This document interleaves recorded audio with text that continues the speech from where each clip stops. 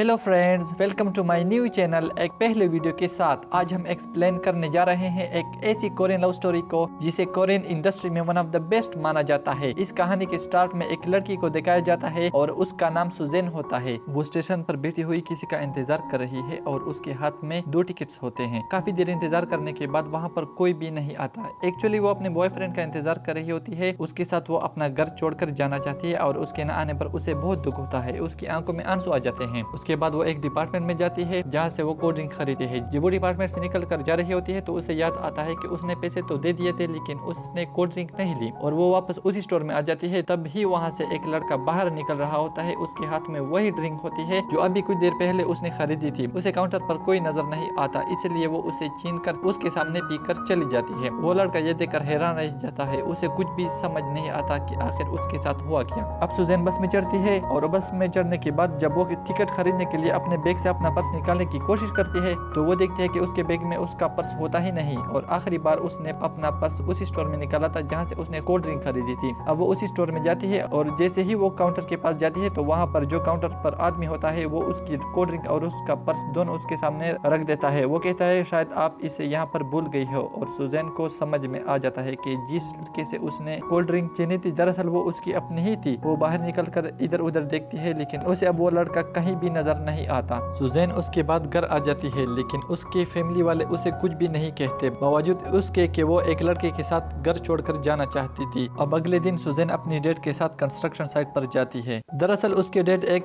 Construction company के CEO हैं और उसके डैड वहां पर जाते हैं। सुजैन कहती है कि मैं गाड़ी में बैठूंगी क्योंकि यहाँ पर डस्ट बहुत ज्यादा होती है। उसके डैड ऊपर साइड पर जाते हैं और यहाँ पर एक लड़का इस पूरी कंस्ट्रक्शन साइट के सुपरवाइजर से आर्गुमेंट्स कर रहा होता है। ये वही लड़का होता है जिस लड़के से रात को सुजैन ने स्टोर में गलती से उसकी कोल्ड ड्रिंक छीन ली थी। इसका नाम चार्ल्स होता है और वो यहाँ पर फोरमैन है लेकिन वो आर्किटेक्चर की पढ़ाई भी कर रहा है। इसे आर्किटेक्ट बनना है। जब सुजैन के फादर वहाँ पर पहुँचते हैं तो सुपरवाइजर उन्हें बताता है कि ये हमें यहाँ पर कंक्रीट नहीं डालने दे रहा। ये कहता है कि हमें आज नहीं बल्कि कल डालना चाहिए जबकि सारा मटेरियल अभी तैयार है। चार्ल्स उन्हें बताता है कि ब्लॉक इतने स्ट्रॉन्ग नहीं कि इसके ऊपर कंक्रीट डाला जाए और अगर हमने ऐसा किया तो ये टूट सकता है जिससे कई लोगों की जान जा सकती है। सुजैन के फादर उससे कहते हैं कि तुम्हारा नाम क्या है। चार्ल्स उसे कहता है कि मैं पहले भी 30 बार तुम्हें अपना नाम बता चुका हूँ।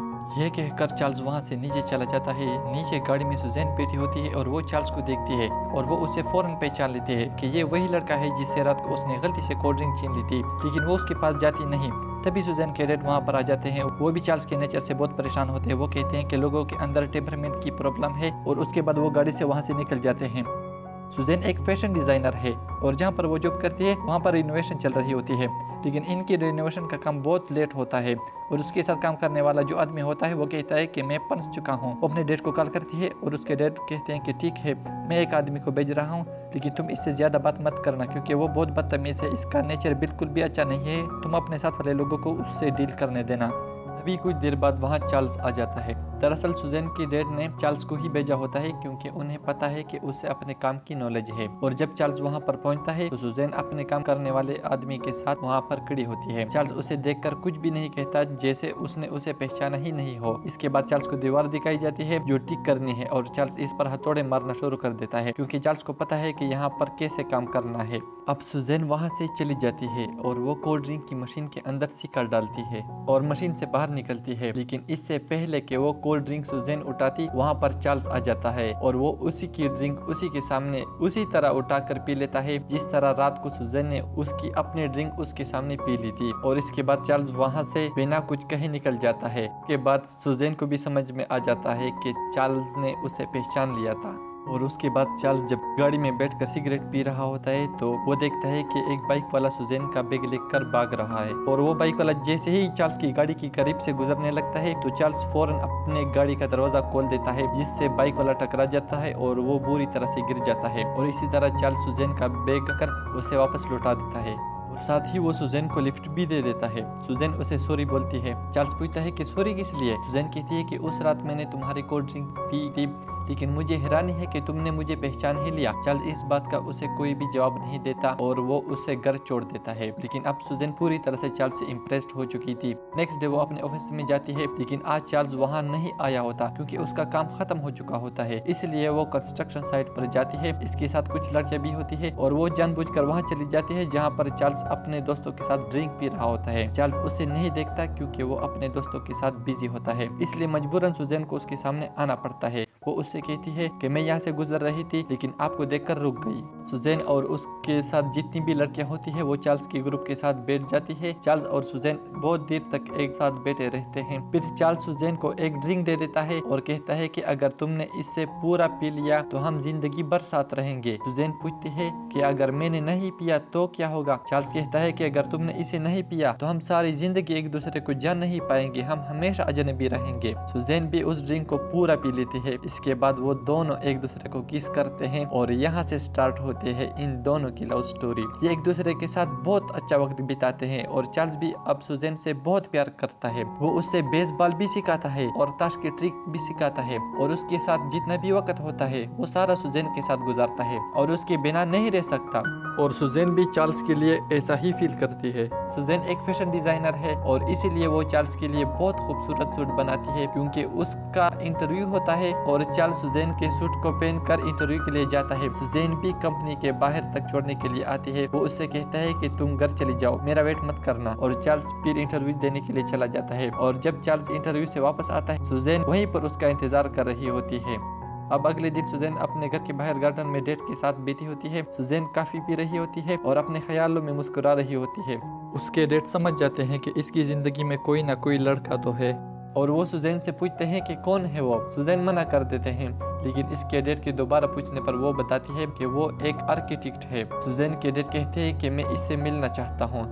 सुजैन चार्ल्स के पास जाती है कि मेरे डैड तुमसे मिलना चाहते हैं, लेकिन चार्ल्स अब साफ साफ मना कर देता है क्योंकि इन दोनों में बहुत बड़ा डिफरेंस है। सुजैन के डैड एक कंपनी के सीईओ हैं और वो वहाँ पर एक वर्कर है। चार्ल्स सुजैन को कहता है कि तुम एक प्रिंसेस हो और मैं एक सड़क का भिखारी हूँ, हम दोनों का मेल कभी भी नहीं हो सकता। मैं तुमसे बहुत प्यार करता हूँ लेकिन हमारी शादी को कोई भी एक्सेप्ट नहीं करेगा। सुजैन उसे बहुत मनाने की कोशिश करती है लेकिन चार्ल्स एक प्रैक्टिकल लड़का है और वो उसकी बात नहीं मानना चाहता। और जब एक दिन सुजैन और चार्ल्स एक रेस्टोरेंट में होते हैं तभी वहाँ पर सुजैन की सारी फैमिली आ जाती है। सुजैन अपने डैड को देखकर हैरान रह जाती है और वो कहती है डैड।